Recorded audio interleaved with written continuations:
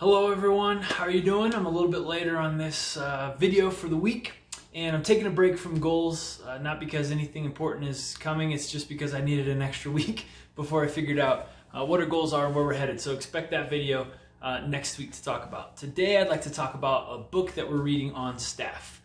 So this was recommended by the other staff person on our team, just as a book for worship that we can read and discuss together. And I just want to say I really like this idea. I don't have any sort of plan in terms of reading through certain books or about certain topics, but as they come up, I think books can be a really good conversation starter. They get ideas into what we're doing, and I think it's just a good discipline so that as opposed to just being stuck in our own thoughts all the time, we're at least letting others enter, and it can, again, just have some really good creative things that come up from it. The book that we're reading on staff is called The Reset. It's by Jeremy Riddle.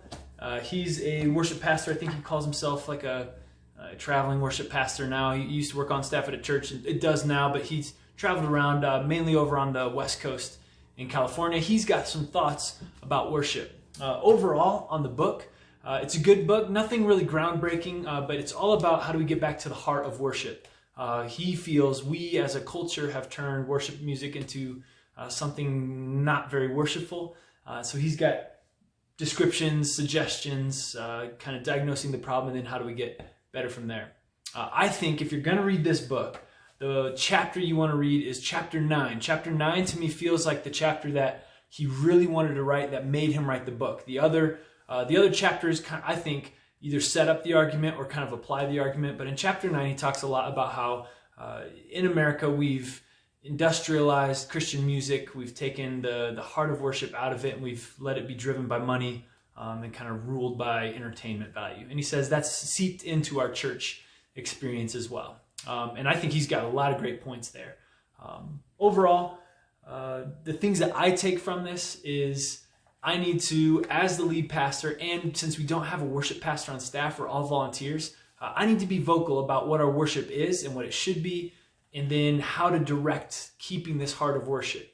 Worship goes far beyond just music, musical quality, areas that I don't have as much expertise as even our volunteers, but I can speak into the heart of worship and how we're going from there. And then the other thing, we want to try different styles of worship, not just limiting ourselves to music. We want to try different things to keep it fresh, to try to break out of this kind of concert mold that most churches and even our church that we just do kind of week by week, throw some people up on a stage, they play 4 songs, people kind of sing along if they want to or not. But we want to try to get people out of that.